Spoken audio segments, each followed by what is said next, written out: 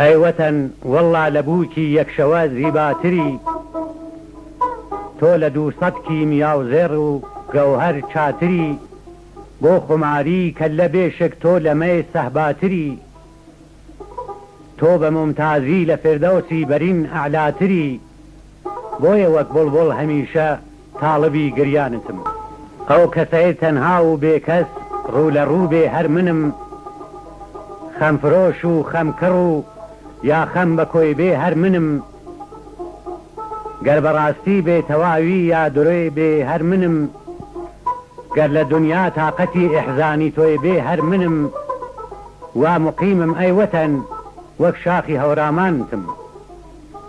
گەردەمیشم هەڵدڕن دڵ ناڵە و ئەفغان دەکا، چاو بەبێ فکری دەروون چۆن فێرە خۆی گریان دەکا، داروبەردی هۆدەکەم هەر ذکری یا کوردان دەکا، عشقی ملیەت لە دڵما هێرش و جەولان دەکا. ئەی وەتەن بۆ تۆ بفەوتێم قۆچەکەی قوربانتم. من وەکو ئەسکەندەرم کەوتومە ناو گێژی مەمات، ئەی ئەرەستوی خوێندەواران غیرەتێ بۆ ڕێنەجات. ئەی وەتەن وەک بەعزێ کەس گوێ نادەمە هاتوو نەهات، گەر لەگەڵ یادی ئەتۆدا سەرفیکەم مودەی حەیات، وا ئەزانم مۆنسی سەد کەوسەر و عەدنانتم.